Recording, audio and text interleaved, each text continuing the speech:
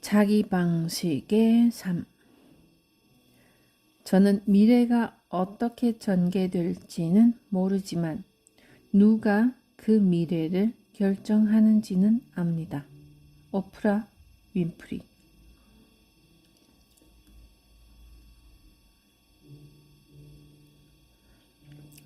당신은 자신이 하고 있는 일이 옳은 일인지 알고 있는가? 비전을 향해 나아가고 있는가? 비전이 무엇인지 알고 있는가? 압도감과 좌절감을 느끼고 있지는 않은가? 실수를 두려워하는가? 자신이 올바른 행동을 하고 있는지 의심하는가? 많은 사람이 삶을 통제하지 못하는 이유는 할 수 없어서가 아니라 자기 방식의 삶이 어떤 것인지 모르기 때문이다. 그들은 자신의 비전을 규정하고 그 비전을 실행하기 위한 올바른 전략을 사용하지 않는다. 나아갈 방향을 정하지 않는 것이다. 우리는 운전을 하기 전에 내비게이션으로 목적지와 최단 경로를 확인하고 사고가 났거나 교통체증이 심한 곳을 피해 안내받는다. 그러지 않고 무작정 운전하면 시간과 연료를 낭비하게 되고 목적지에 제 시간에 도착하지 못하기 때문이다. 그러나 많은 사람이 내비게이션이 없는 자동차처럼 주먹구구식으로 삶과 비즈니스를 운영한다. 레버리지 전략은 올바른 비전, 방향, 행동 계획을 만들어내기 위해 생각하는 시간이며 시스템이 당신과 조화를 이루면서 가장 높은 우선순위에 따라 제대로 작동하고 있는지 지속적으로 점검하는 장치이다. 많은 사람이 처음 비즈니스를 시작했던 이유를 잊어버리고 일의 노예가 된다. 그들은 단지 너무 바쁘다는 이유로 일 중독에 빠지고 비전을 잊어버린다. 어려움의 직면에서 고착 상태에 빠졌을 때 우리를 앞으로 나아가게 하는 것은 명확한 비전이다. 레버리지는 당신의 비전과 업무 수행을 계속 점검하고 평가하고 개선하게 한다.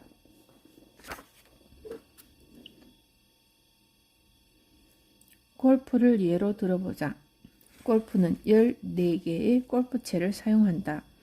그러나 각각의 골프채에 동일한 시간을 들여 연습하는 것은 레버리지가 아닌 관습적이고 비전략적인 방식이다. 통계적으로 한 라운드에서 사용되는 공의 65%는 100야드 내에서 치는데 100야드 내에서는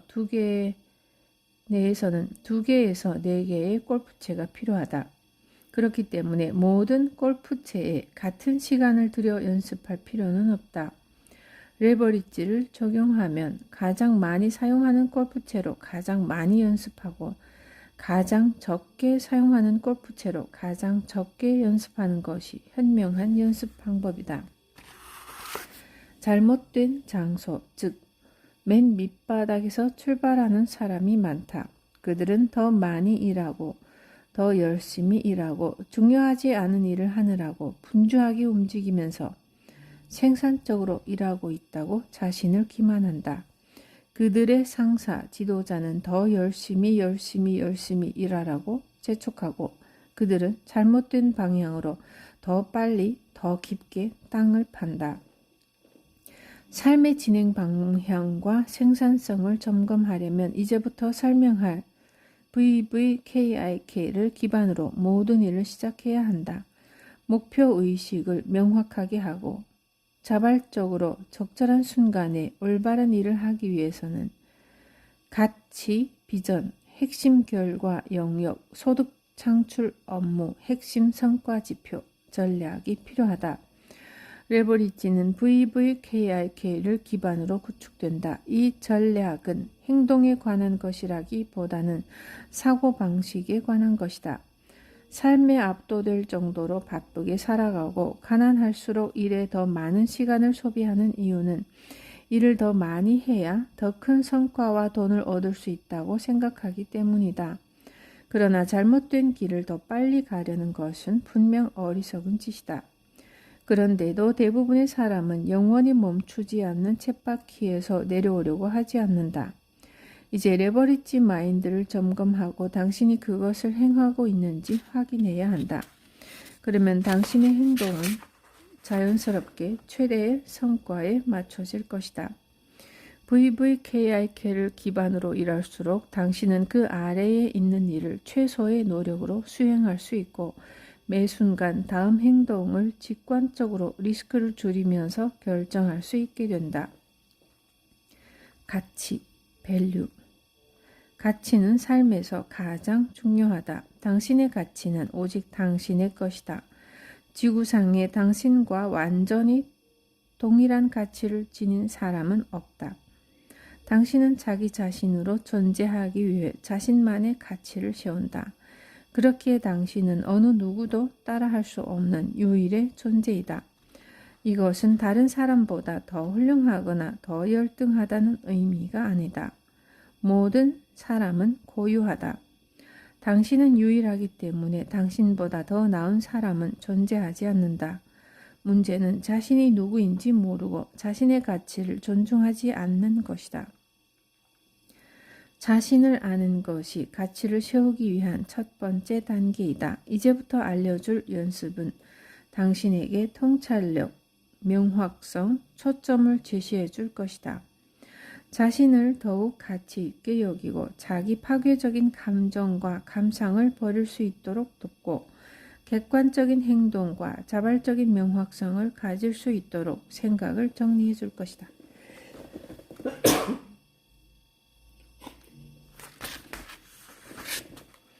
이제 삶을 바꾸기 위해 당신을 산만하게 만드는 모든 일에서 벗어나야 한다. 아래의 순서대로 가치 목록을 작성해보자.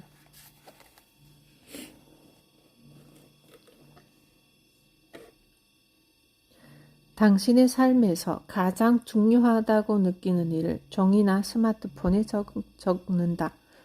건강, 가족, 돈, 자유, 행복, 학습, 성공, 성장, 여행, 외모 등 추상적인 개념을 생각한다. 단어가 더 이상 생각나지 않거나 아무런 감정도 느껴지지 않을 때까지 계속 적는다.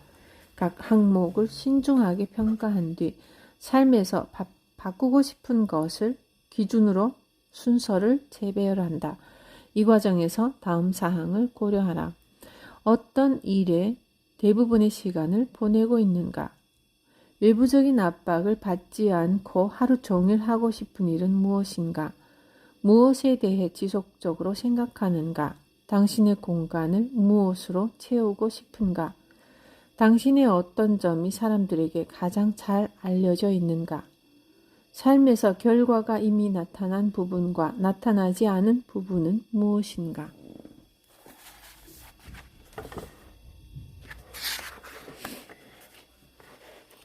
이 과정을 통해 당신은 행동을 지배하는 것들의 목록을 파악할 수 있다.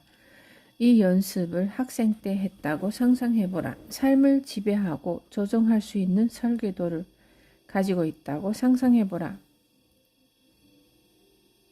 1년 혹은 6개월마다 이 방법으로 삶을 점검하고 적용하고 재조정했다고 상상해보라. 이 연습은 과거에 머물기 위한 것이 아니라 앞으로 나아가기 위한 것이다. 공책이나 스마트폰, 노트북에 항상 목록을 지니고 있어야 한다. 끊임없이 자신에게 상기시켜야 한다.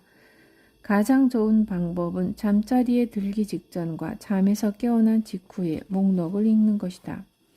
하루에 2-3번 읽고 기억하는 데는 겨우 2분밖에 걸리지 않는다. 실행한 지 몇 주일 후면 당신의 뇌가 무의식적으로 직관적으로 기억하게 될 것이다. 그리고 당신이 하는 일과 하지 않는 일 속에서 가치를 반영하기 시작할 것이다.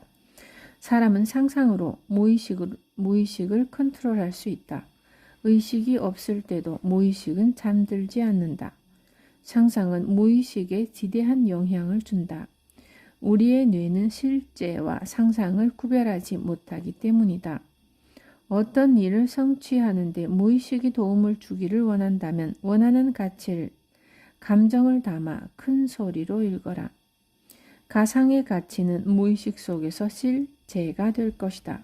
가치를 실제라고 상상하라. 열정적으로 자유롭게 행복하게 그 가치를 살아내고 있다고 상상하라. 미 해군 조종사 잭 샌드 대령에 관한 전설적인 이야기가 있다. 그는 베트남 전쟁 당시 총상을 입고 포로 수용소에서 7년 동안 생활했다. 그 역시 다른 전쟁 포로들처럼 완전히 격리된 채 신체적인 활동이나 사람들과의 접촉을 전혀 하지 못했다. 7년 동안 1.5제곱미터의 감옥에서 감금된 상태로 살았다. 그는 비록 몸은 갇혀 있어도 정신까지 갇혀 있을 필요가 없다는 사실을 깨달았고, 그리고는 머릿속에 완벽한 골프 코스를 그리기 시작했다. 골프장의 경관과 냄새와 스윙을 할 때의 느낌까지 상세하게 이미지로 떠올렸다. 어두운 감옥에서 바닥에 누운 채 머릿속에 18홀을 그리고 잔디와 나무, 골프웨어를 상상했다. 그런 다음 골프를 치기 시작했다. 그는 그렇게 7년 동안 매일 상상 속에서 골프장에 나가 18홀을 돌았다. 골프장의 바람, 소리, 냄새, 골프채에 공이 맞는 순간의 짜릿함까지 경험했다.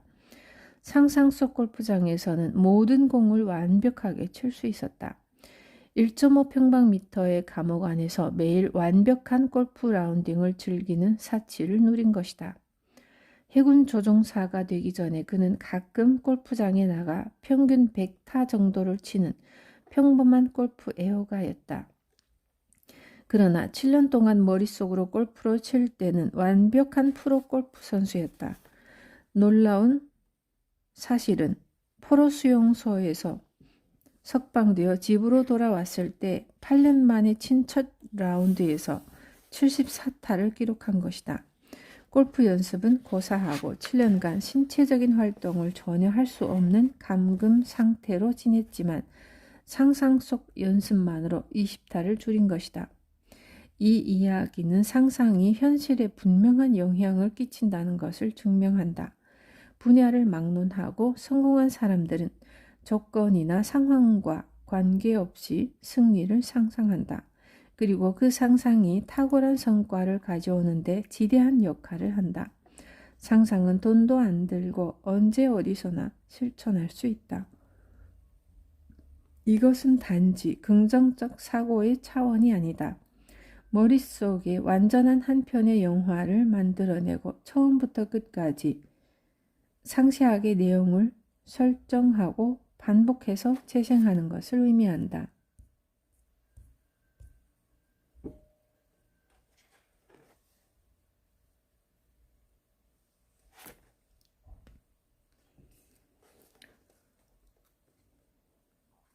단 한 번 또는 가끔씩 한다고 해서 효과를 보는 것이 아니기 때문에 실제가 될 때까지 매일 시간을 내서 실천해야 한다. 개념상으로는 매우 간단하게 보일지도 모르지만 매일 시간을 내서 실행하는 사람은 많지 않다.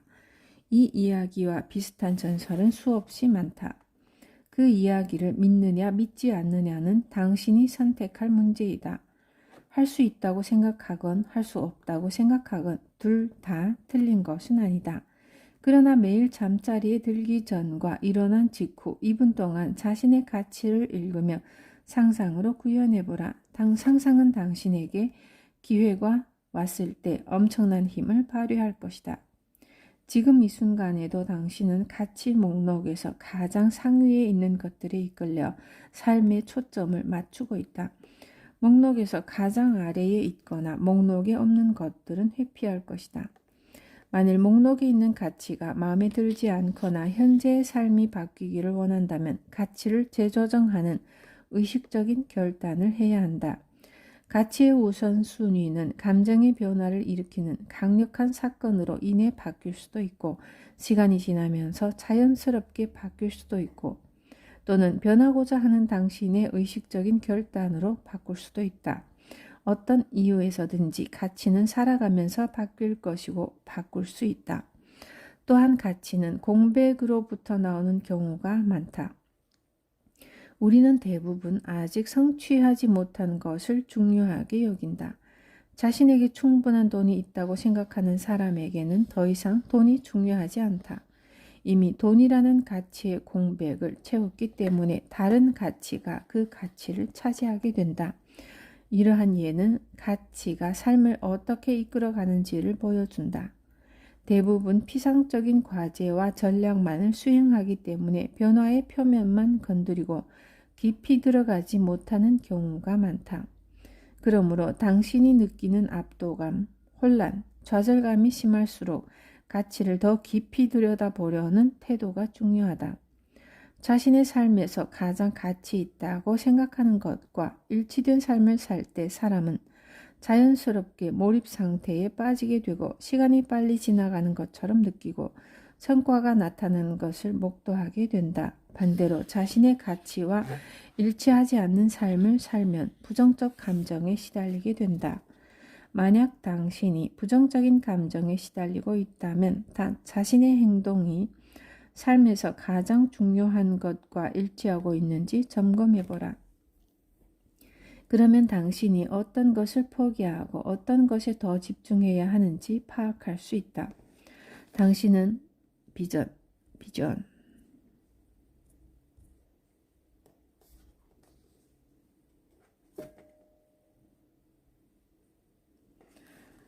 당신은 원하는 목표에 대한 명확한 그림을 그리고 있는가? 당신은 후세에 어떻게 기억되기를 원하는가?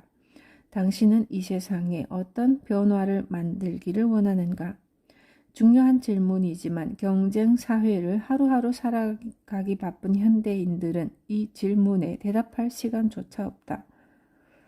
그러나 이러한 비전은 가치의 궁극적인 표현이자 당신이 혼란, 갈림길, 선택, 좌절, 전환점, 과도기에 있을 때 올바른 길로 안내해줄 삶의 로드맵이다.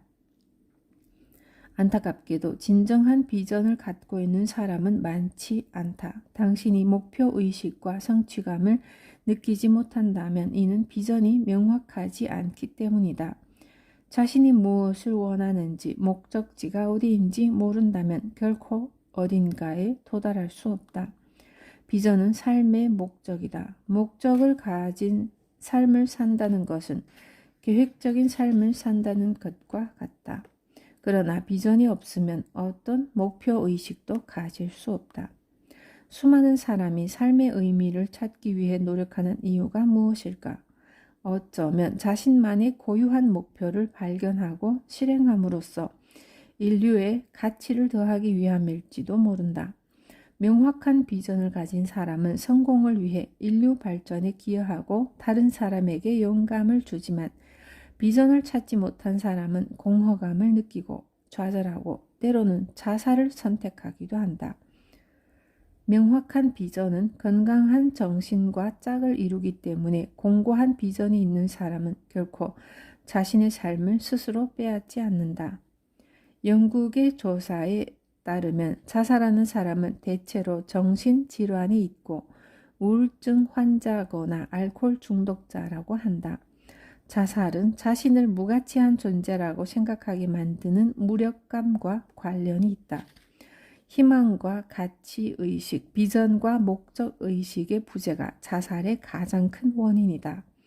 또한 갑작스러운 목적의식의 상실은 상심증후군의 원인이 된다.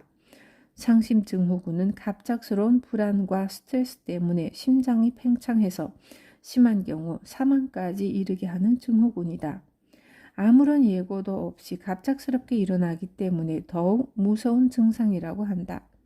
그러나 나는 학교에서 지리학은 배웠지만 비전과 목적의식이 있는 삶을 사는 법은 배우지 못했다. 이것은 나를 굉장히 슬프게 하는 사실이다. 오스트리아의 실존주의 심리학자 빅토르 프랭클은 실존 분석적 정신요법인 의미치료라는 학설을 만들어냈다. 인간의 근본적인 동기는 성과 공격성이라고 말한 지그문트 프로이트와 달리 프랭클은 인간을 지배하는 원동력은 인생에서 의미를 찾는 것이라고 주장했다. 프랭클은 프로이트가 경험하지 못한 것을 경험했다. 그는 나치 수용소에 포로로 잡혀 수년간 참혹한 현실을 견뎌냈다. 모든 것을 잃어버리는 공포를 느끼고 온갖 잔혹 행위를 하면서도 생을 향한 치열한 싸움을 포기하지 않았던 것은 그가 삶의 목적을 가지고 있었기 때문이었다.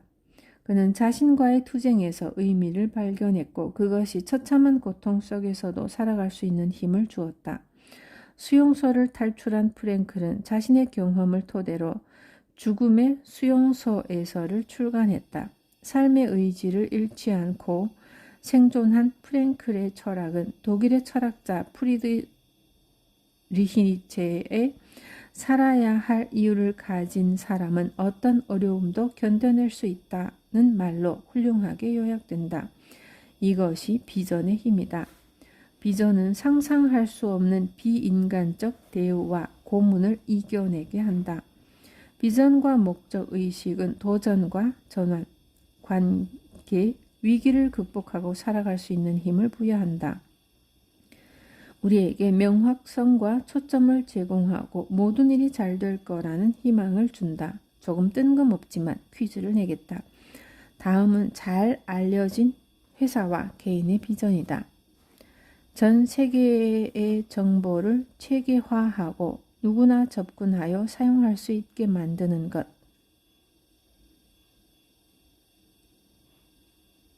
정답은 구글. 2번. 사람들이 온라인에서 사고 싶은 상품을 찾을 수 있는 장소를 구축하는 것. 정답은 아마존. 3번. 세상이 움직이는 방식을 바꾸는 것. 정답은 포드. 4번은 전 세계의 소아마비를 박멸하는 것. 빌 앤 멜린다 게이츠 재단. 5번 부자가 되는 것. 정답은 워렌 버핏. 6번 정말 맛있는 케이크를 만드는 것. 정답은 미스터 키플링. 7번 글로벌 경제의 자유를 누리는 것. 프로그레시브 프로퍼티. 어떤가? 각각 다른 비전이지만 크고 명확하다는 점에서는 같다. 그들의 비전은 원대하다. 비전이 그들 자신보다 크다. 이처럼 가치 있는 삶을 지치지 않고 실행하려면 비전이 원대해야 한다. 비전은 당신에게 방향을 제시하고 다른 사람들을 이끌 수 있는 리더십을 부여하고 부정적인 감정을 극복할 수 있는 에너지를 만들어준다. 자신에게 다음과 같은 질문을 던져보고 지금 머릿속에서 떠오르는 생각들을 적어보자. 당신의 삶은 어떤 목적에 기여하는가? 다른 사람에게 기여할 수 있는 당신만의 비전은 무엇인가? 그 비전이 당신에게 중요한 이유는 무엇인가? 3년, 5년, 10년, 25년, 50년 후에 삶이 어떤 모습이기를 원하는가? 사람들에게 어떻게 기억되기를 원하는가? 크고 명확한 비전을 가진 사람은 원하는 것을 직관적으로, 자발적으로 파악한다. 이것을 끌어당김의 법칙 또한 현현이라고 부르기도 한다. 어떻게 부르건 실제로 작용하는 힘이다. 그러니 자신이 정한 비전을 다른 사람과 비교할 필요는 없다. 친구나 가족, 사회가 당신에게 투영한 가치는 신경 쓰지 마라. 오직 자신에 대해서만 생각하라. 될 수 있는 최선의 당신이 되라. 비전에 대해 깊이 숙고하면 비전과 가치가 연결되어 있다는 사실을 알 수 있다. 당신의 가치가 비전에 어떻게 기여하고 있는지를 알고 싶으면 가치의 우선순위를 명확한 순서로 배열해 본다. 예를 들면 돈이 가치 목록에 들어있지 않은데 부자가 되기를 바라는 것은 모순이다. 하루빨리 당신의 비전과 가치를 일치시키고 재조정하고 수정하라. 만약 도움이 필요하거나 당신과 같은 생각을 가진 사람들과 비전을 공유하고 싶다면 내 페이스북에 찾아오라. 태그를 하면 당신이 원할 때 도움을 주거나 피드백을 해주겠다. 핵심, 결과, 영역. 핵심, 결과, 영역은 비전을 성취하기 위해 초점을 맞춰야 하는 최고 가치 영역이다. 쉽게 말해 당신의 기업, 팀, 개인을 변화시키기 위해 시간을 대부분을 투자해야 하는 몇 가지이다. 핵심, 결과, 영역은 관계를 개발하고 유지하고 마인드를 설정하고 시스템을 개발하고 재정을 조달하고 비즈니스 전략을 짜고 지속적인 자기 개발을 실천하는 레버리지 전략이다. 그러나 많은 사람이 핵심, 결과, 영역에 집중하지 못한다. 일상에 갇혀 있거나 쫓기기 때문이다. 일상적이고 사소하고 세부적인 일들은 대부분 핵심, 결과, 영역이 아니다. 만일 당신이 압도감이나 혼란, 좌절감을 느낀다면 다른 사람에게 끌려다니고 있을 확률이 높다. 그것은 당신이 하루 종일 일했지만 실제적으로 아무런 일, 적어도 당신에게 의미 있는 일을 하지 못했다는 증거이다. 당신이 최고 가치에 따라 살아가고 있는지를 매일, 매주, 매월, 매년 점검해야 한다. 더불어 다른 사람이 당신에게 부과한 과제, 요청을 견제해야 한다.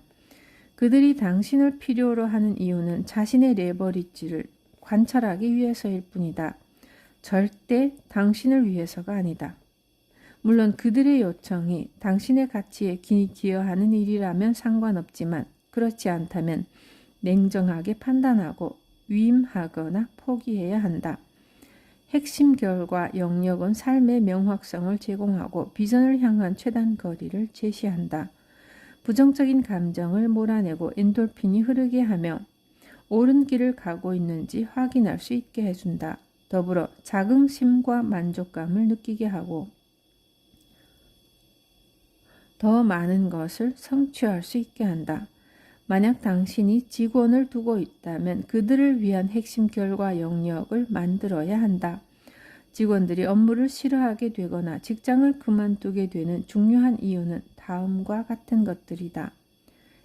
인정받지 못한다고 느낀다. 명확한 목표를 갖고 있지 않다. 변화를 만들지 못한다고 생각한다. 상사는 나에 대해 무관심하다.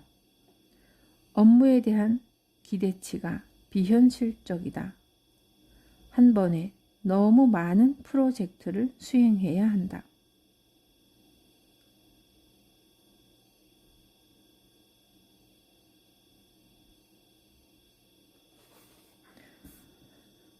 직원 혹은 조직 구성원은 목표와 직접적으로 연결된 역할을 맡고 싶어 한다. 자신이 해야 할 일이 가치가 있고 그 가치가 명확히 무엇인지 알고 싶어 한다. 그들에게 높은 가치를 가진 업무, 변화를 만들어내는 일, 우선순위를 두어야 하는 일이 무엇인지 알려주어야 한다. 개인의 커리어와 기업을 위해 가치 있는 역할을 수행하게끔 유도하면 자신이 변화를 만들어낸다고 느끼고 가치 있는 존재라고 여기며 만족도가 높아질 것이다. 더불어 핵심, 결과, 영역이 직무 분석표에 명시되어야 한다. 역할을 명확하게 기재하고 그 역할을 실행하기 위한 목록을 만들어라. 역할을 탁월하게 수행하기 위한 필수 사항이다. 이는 개인과 기업에 최대의 이익과 만족을 줄 수 있는 가이드라인이 된다. 항상 노트를 소지하고 가치와 비전의 바로 아래쪽에 기입하자. 소득 창출 업무. 소득 창출 업무는 핵심, 결과, 영역에 부합하고 기여하는 업무를 의미한다. 최고의 경제적 가치를 레버리지하고 시간과 분과 초단위의 수익을 최대화한다. 쉽게 말해 최대의 이익과 최소의 낭비, 적절한 시간을 들여 최대의 소득을 내는 업무이다. 점점 증가하는 업무 목록으로 인한 압도감과 혼란은 소득 창출 업무에 초점을 맞추지 않고 모든 업무에 동일한 중요성을 부여하고 우선순위를 나누지 않는 것에서 비롯된다. 모든 업무는 동등하지 않다. 앞에서 골프를 빗대어 설명한 것과 같다. 가장 많이 사용하는 골프채로 연습하는데 우선순위를 부여하는 것이 가장 레버리지하는 시간 활용이다. 업무도 마찬가지다. 가장 짧은 시간 안에 최대의 수익을 올리기 위해서는 가장 수익률이 높은 일에 초점을 맞춰 소득 창출 업무를 설정해야 한다. 그래야 당신이 좋아하는 것을 할 시간이 확보된다. 이 책의 후반부에서는 당신의 현재의 소득 창출 가치가 얼마인지 계산하고 몇 배로 증가시킬 수 있는 간단한 알고리즘을 배우게 될 것이다. 핵심 성과 지표. 핵심 성과 지표는 당신의 비즈니스가 순조롭게 진행되도록 실수를 줄여주고 레버리지를 최적화하는 지표이다. 비즈니스에서 잘못되고 있는 일을 실시간으로 점검해주는 중요한 기준이 되는 데이터이기 때문에 당신이 성장하고 통제권을 위임하고 업무에서 배제되고 더 전략적이 될수록 핵심 성과 지표의 필요성은 더더욱 중요해진다. 가장 흔하게 저지르는 실수는 긴급하고 실용적인 업무를 처리할 시간을 빼앗는다는 이유로 핵심 성과 지표를 늦게 설정하거나 아예 설정하지 않는 것이다. 이것은 일하느라고 밥을 먹지 않고 바빠서 공부하지 않는 것과도 같다. 핵심 성과 지표는 핵심 결과 영역과 소득 창출 업무의 운영이 올바른 결과를 내고 있는지 실시간으로 피드백을 제공함으로써 레버리지에 기여한다. 당신은 핵심 성과 지표를 참고하여 핵심 결과 영역과 소득 창출 업무를 테스트하고 조정하거나 변경할 수 있다. 핵심 성과 지표가 없으면 자신이 무엇을 모르는지 모르기 때문에 부적절한 일을 하거나 잘못된 방향으로 가거나 열심히 일하고도 아무런 성과를 내지 못하는 경우가 발생한다. 영업부에 영업지표나 핵심 성과 지표가 없으면 손실을 가져오는 상품을 판매하면서도 그 사실을 모를 수 있다. 수익을 내지 못하는 일을 더 많이 하는 건 기업이 망하는 지름길이며 심하게 말하면 정신 나간 짓이다. 그러나 대부분의 소기업들이 실시간 핵심 성과 지표 시스템을 운영하지 못하는 상황이다. 그러니 10개 기업 중 9개 기업이 3년 이내에 망하는 것도 놀라운 일이 아니다. 실패하지 않는 비즈니스를 원한다면 지금 당장 핵심 성과 지표를 구축하라.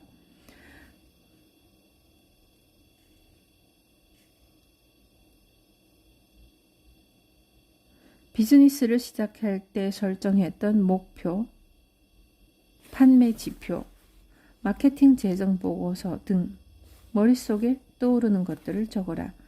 당신의 삶과 기업을 경영하는 사람은 당신 자신이다. 그러므로 직관적으로 가장 중요한 핵심 성과 지표가 무엇인지 알 수 있다. 그래도 잘 모르겠다면 핵심 성과 지표를 구축하는 데 도움이 될 만한 몇 가지 노하우를 알려주겠다. 비즈니스 도서를 읽어라. 개인적으로 나는 마크 호머의 저비용의 삶, 번 하니쉬의 규모의 확대, 존 월리로우와 보 버링햄의 판매하기 위한 제품, 레스 맥케온의 시너지스트, 램 차란과 레리 보시디의 실행에 집중하라. 짐 콜린스와 모튼 한센의 위대한 기업의 선택, 테리리의 10단어의 경영, 조시 카우프만의 퍼스널 MBA에서 많은 것을 배웠다. 하지만 이 책들은 핵심 성과 지표에 대해 구체적으로 모든 것을 설명하지는 않는다. 그러나 읽은 것을 배우고 실행한다면 훌륭한 기준을 얻을 수 있다.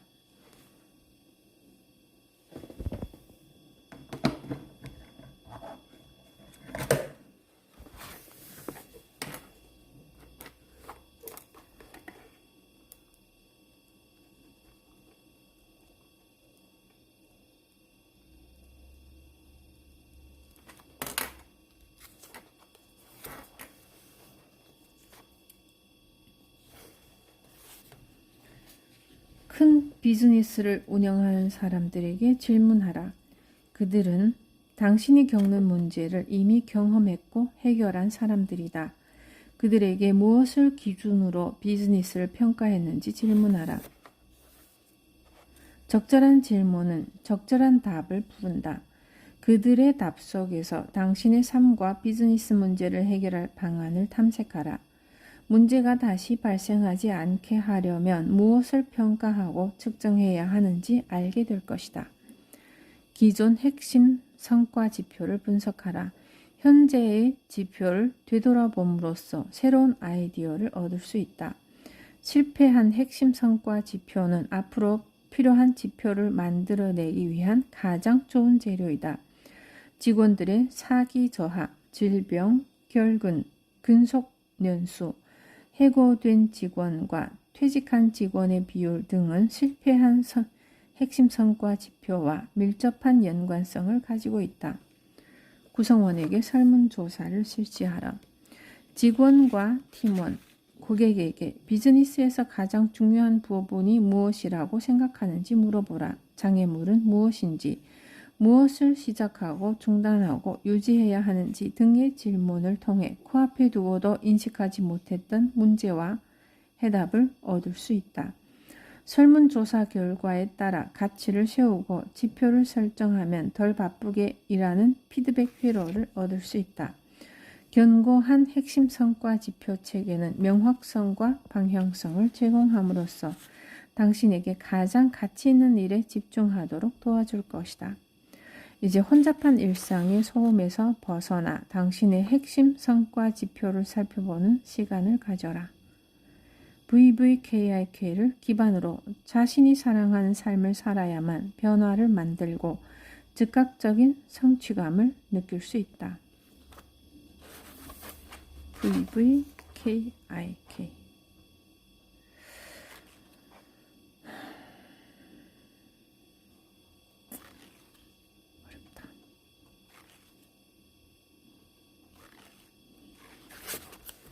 돈 되는 사회공헌.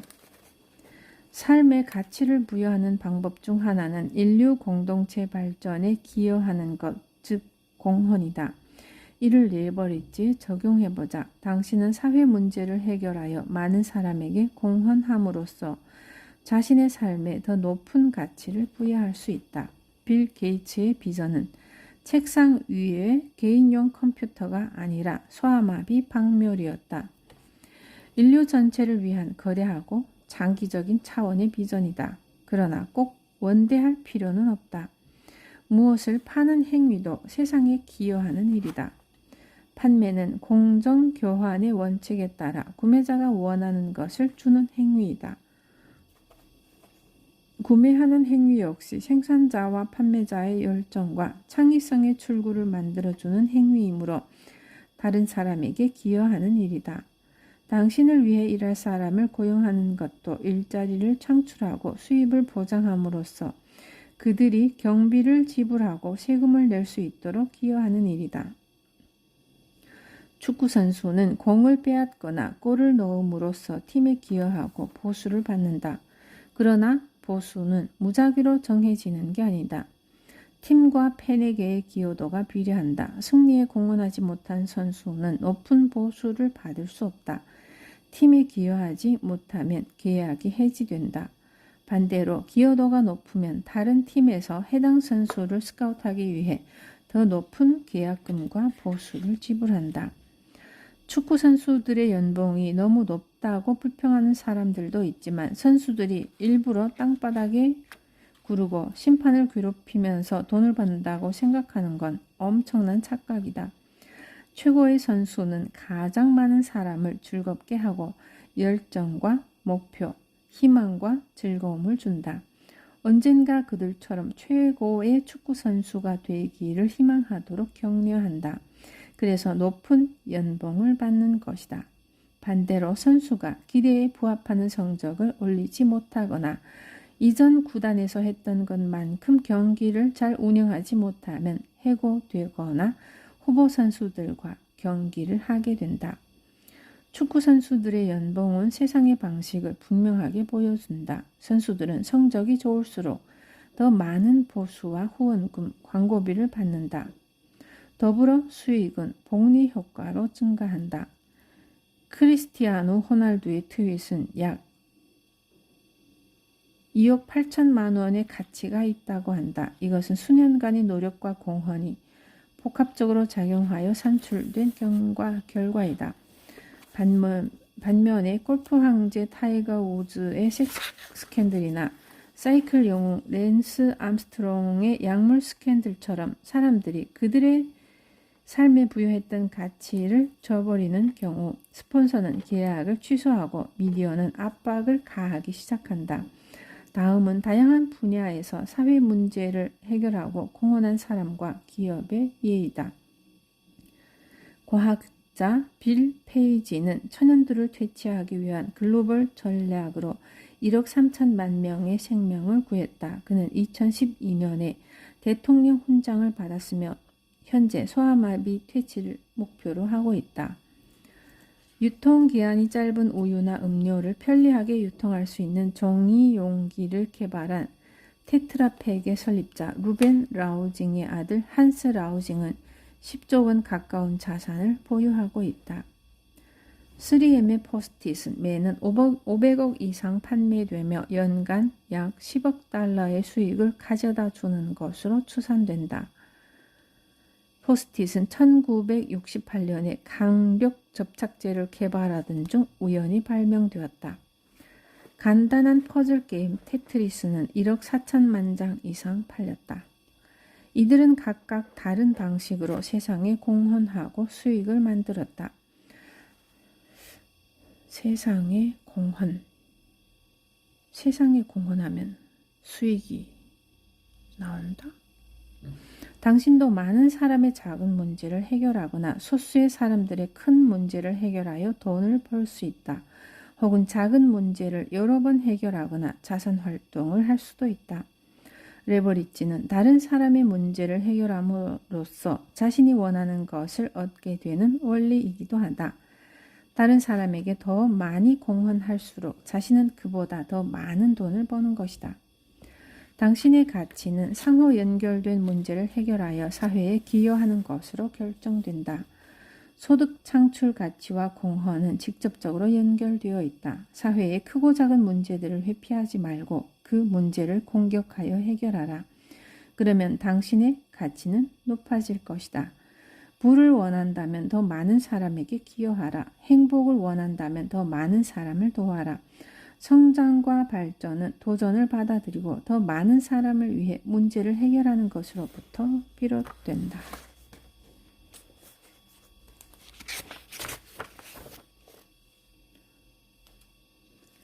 제2장 새로운 부의 공식. 젊고 게으른 백만장자들. 노력을 위임해야 하는 이유.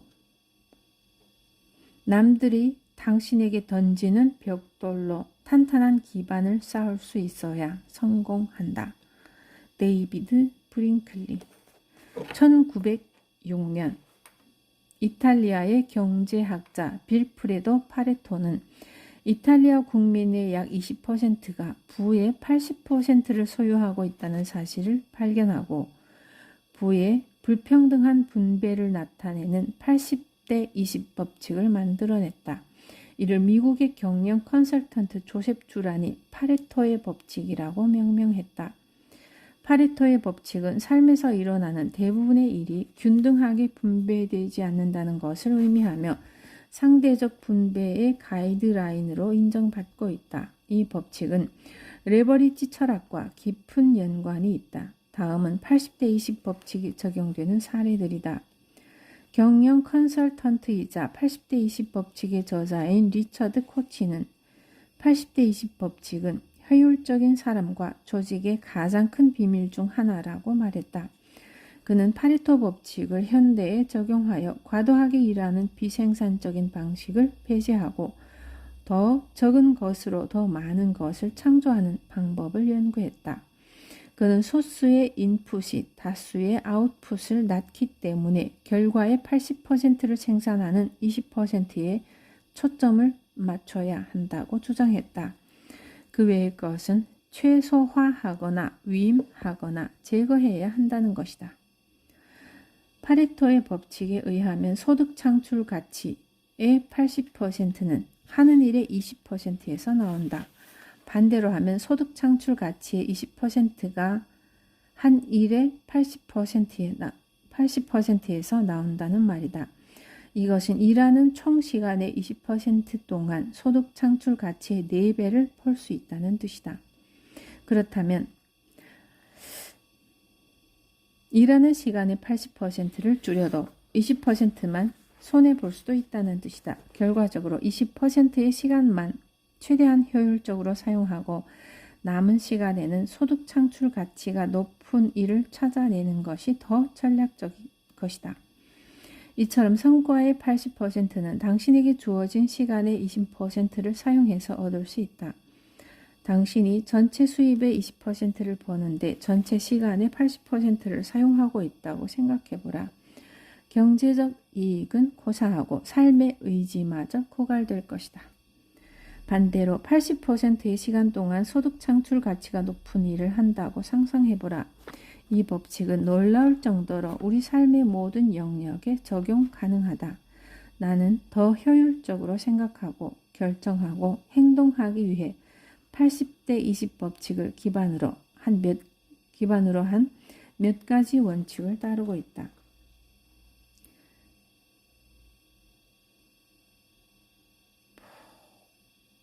20%의 이익을 위해 돈의 80%를 낭비하지 마라. 20%의 즐거움을 위해 시간의 80%를 낭비하지 마라. 20%의 완성을 위해 비효율적인 80%의 작업을 수행하지 마라. 할 일 목록 중에서 80%를 삭제하라. 80%의 시간 동안 중요한 20%의 일을 하라. 시간을 빼앗는 이메일의 80%를 삭제하거나 위임하거나 버려라. 80대 20 법칙은 당신이 하는 모든 일에 적용된다. 20%의 시간만을 사용하여 최대의 결과를 얻도록 시간을 현명하게 투자하라. 냉철한 마음가짐으로 시간을 낭비하는 낮은 가치의 일을 버리고 최대 효율을 내는 레버리지에 초점을 맞춰야 한다. 복리의 법칙. 돈을 끌어당긴다. 알버트 아인슈타인은 복리의 법칙을 세계 8대 불가사의라고 불렀다. 골프를 치면서 약간의 돈 내기를 하는 경우를 생각해보자. 첫 홀에 1,000원을 걸고 그 다음 홀마다 거는 돈을 2배씩 늘린다고 하면 언뜻 보기에는 별로 큰 금액이 걸린 판이 아닌 것처럼 보인다. 그러나 각 홀마다 돈이 2배로 늘어나면 9홀에서는 25만 6천 원이 된다. 사실 이건 아무것도 아니다. 15홀을 돌면 1638만 4천 원이 된다. 복리 효과로 인해 적은 돈이 엄청나게 큰 돈으로 늘어난다. 18홀을 돌면 내기 금액은 1억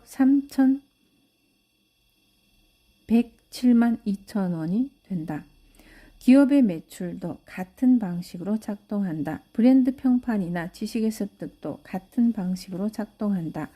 그리고 가장 중요한 것은 뒤에 숨어서 모든 것을 조종하는 시간 역시 같은 방식으로 작동한다는 것이다.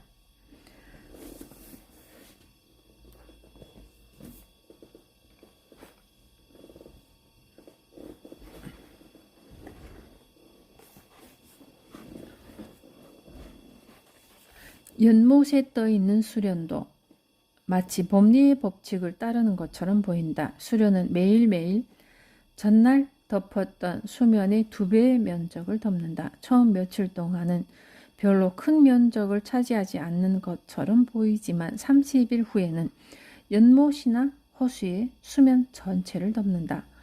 29일째 되는 날 수면의 절반을 덮었다면 절반을 덮는데 전체 시간에 29 슬롯이 30이 걸리고 나머지 절반을 덮는데 전체 시간에 1 슬롯이 30이 걸리는 것이다. 4분의 1을 덮는데 전체 시간에 28 슬롯이 30이 걸리고 8분의 1을 덮는 데에는 전체 시간에 27 슬롯이 30이 걸린다. 이 개념은 우리에게 중요한 통찰을 준다. 이 법칙을 이해하고 따르고 지키면 엄청난 속도의 레버리지 효과를 얻을 수 있다. 이처럼 복리의 법칙은 당신이 어떤 일을 오래 할수록, 즉 더 가까이 다가갈수록 최대의 이익과 가속도를 얻을 수 있다는 것을 의미한다. 복리의 법칙으로 최대의 레버리지를 얻으려면 가능한 한 장기적인 관점을 가져야 한다. 시간 단위로 생각하는 사람들은 시간당 임금을 받고 그 돈을 소비한다. 일 단위로 생각하는 사람들은 주 단위로 생각하는 관리자에게 고용되어 그가 부여한 역할을 수행한다. 월 단위로 생각하는 관리자들은 최고 경영자들이 기획한 연 단위 계획을 수행한다.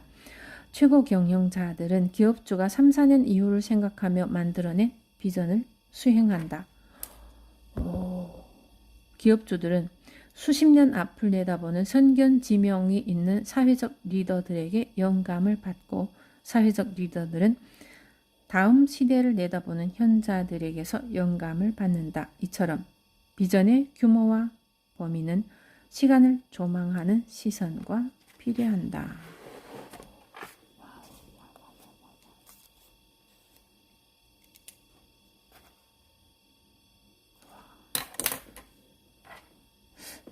엄청난데.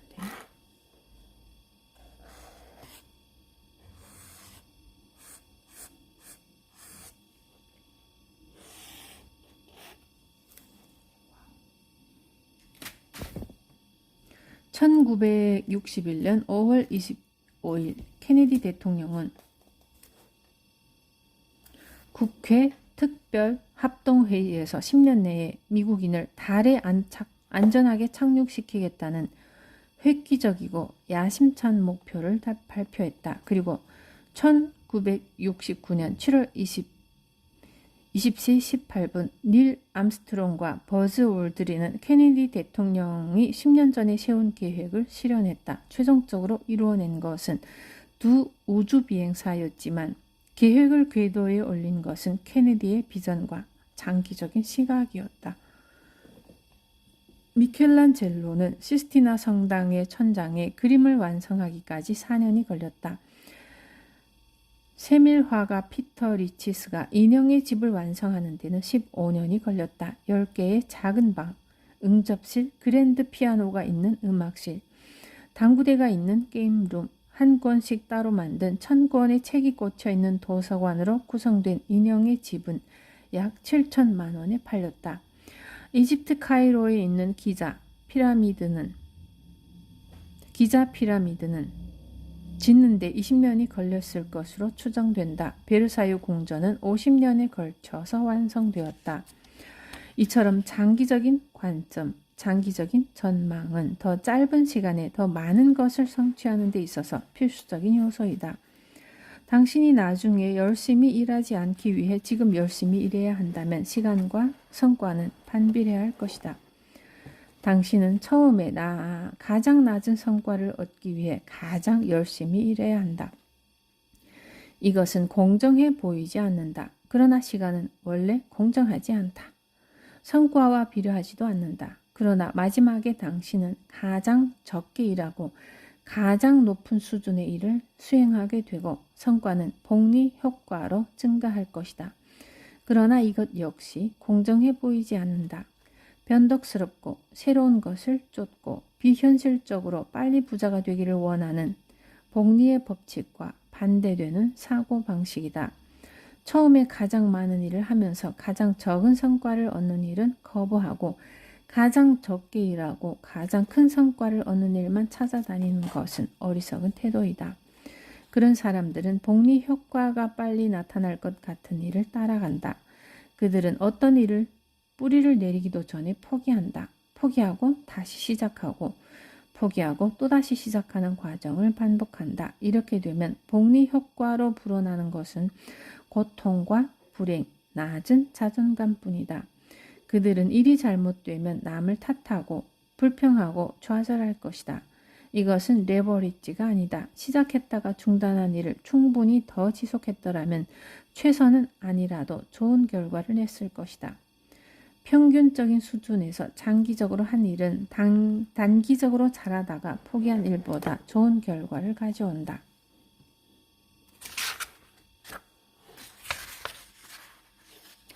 세금의 배심. 기업가는 모든 돈을 선불로 받는다.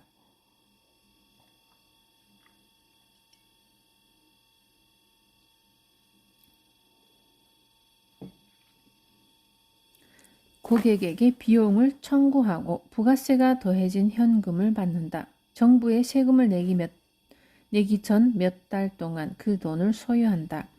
그 돈으로 약간의 이자를 얻을 수도 있다. 기업가는 구매하는 모든 사업 물품에 대해 부가가치세의 환급을 요구할 수 있다. 사람들이 대체로 알고 있는 것보다 상쇄할 수 있는 비즈니스 경비는 더 많다. 실제로 국세청 홈페이지에 게시되어 있다. 기업가가 내야 하는 법인세는 소득을 세분화한 뒤 일정 기간이 지난 후에 지불된다. 그리고 회사를 유한회사로 등록하면 배당금을 챙기고 급여를 낮출 수 있다. 유한책임조합을 설립하면 예금에 대해 개인소득세만 내면 되고 그중 많은 액수는 차감받을 수 있다. 그러나 노동자의 경우는 다르다. 월급을 받기 전에 개인소득세, 보험료, 대출이자가 먼저 빠져나간다. 부동산 취득세, 주민세, 기름값, 식료품, 주류 및 담배, 의류, 전기, 외식 비용의 일부를 세금으로 지불한다. 실제 급여는 급여 명세서에 적혀 있을 뿐이다. 급여의 상당 금액은 세금으로 지출된다. 감면받을 기회도 많지 않다. 또한 자동차, 집, 가구, 애완동물을 비롯한 많은 것에 보험을 들어야 한다. 보험에도 세금이 붙는다. 돈을 벌면 양도소득에 대한 세금을 내야 한다. 도대체 월급에서 세금으로 지출되는 금액은 몇 %일까? 게으른 백만장자. 파레토의 법칙과 복리의 법칙을 안다면 많은 사람이 하던 일을 포기하거나 바꾸는 것을 더 조심스럽게 생각할 것이다. 지속적으로 일할 것인지 아니면 더 빠르고 더 쉽게 더 좋아 보이는 남의 집 푸른 잔디를 부러워할 것인지 신중하게 저울질할 것이다. 대부분의 사람, 특히 성공하지 못하는 사람은 스스로에게 복리 효과를 얻을 기회를 제공하지 않는다. 그들은 보상을 얻기 직전에 포기하고 방향을 바꾼다. 생각해보라. 씨앗을 심은 다음 날에 내 나무가 어디 있지라고 소리치는 사람은 없다. 과일을 얻으려면 먼저 나무가 뿌리를 내려야 한다. 눈에 보이지 않는 것이 드러나기를 원한다면 눈에 보이지 않는 것을 볼 수 있어야 한다. 이 법칙은 당신의 브랜드와 평판, 명성에도 동일하게 작용한다. 당신이 비즈니스나 기업을 시작할 때는 아무도 당신을 알지 못한다. 누구도 당신에게서 무언가를 구매할 수 있다는 사실을 모른다. 당신은 천천히 한 번에 한 명씩 고객을 얻는다. 빨리 성장할 수 있는 시스템이나 규모를 갖고 있지 않기 때문이다. 아직은 시험 단계에 있기 때문에 최상의 능력을 발휘하지 못한다. 마치 어둠 속을 더듬는 것처럼 답답함을 느낄지도 모른다. 한 번도 그곳에 가본 적이 없는 당신은 앞에 무엇이 놓여 있는지 모르기 때문에 실수를 통해 배우면서 힘든 길을 가야 한다. 고객이 다른 사람에게 당신을 소개하기 전까지 그 길을 혼자 빠져나와야 한다. 이처럼 좋은 평판이 퍼져나갈 수 있는 네트워크가 만들어질 때까지는 많은 시간이 걸린다. 그러나 많은 사람이 다시 시작하고 싶다면 목적지의 5분의 4에 해당하는 지점에서 모든 것을 원점으로 재설정해 버린다. 인간은 선택과 행동의 결과를 실시간으로 측정할 수 없다. 만약 당신에게 삶의 진행 과정을 보여주는 지표나 수명 측정기가 있다고 생각해보라. 행동의 결과, 복리 효과에 따른 지표와 상승의 하락을 볼 수 있다면 어떨까? 실제로는 별로 가시적인 성과가 없던 시점일지라도 지표가 목적지의 5분의 4 지점을 가리키고 있다면 당신은 절대로 그 일을 포기하지 않을 것이다. 타이거 우즈가 18살에 메이저리그에서 우승하지 못했다고 해서 골프를 포기했다면 어떻게 됐을까?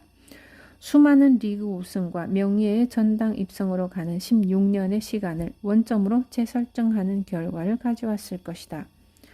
최고의 골프 코치는 작은 스윙 하나를 바꾸는 것에도 비용이 들어간다는 것을 알기 때문에 매우 신중하게 변화를 시도한다. 토머스 에디슨이 전구를 발명하기 위한 실험을 중간에 포기했다고 상상해보라. 많은 사람이 최대의 일과 최소의 결과가 최소의 일과 최대의 결과로 반전되는 효과가 나타나기 직전에 포기해버리기 때문에 위대한 성취의 기회를 눈앞에서 놓쳐버린다.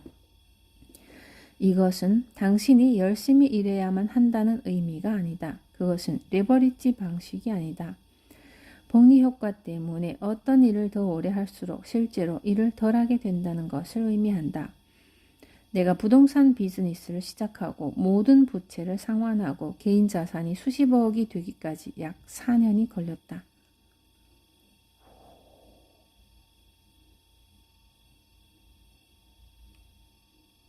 그 다음 해에 14억 이상의 수익을 올렸고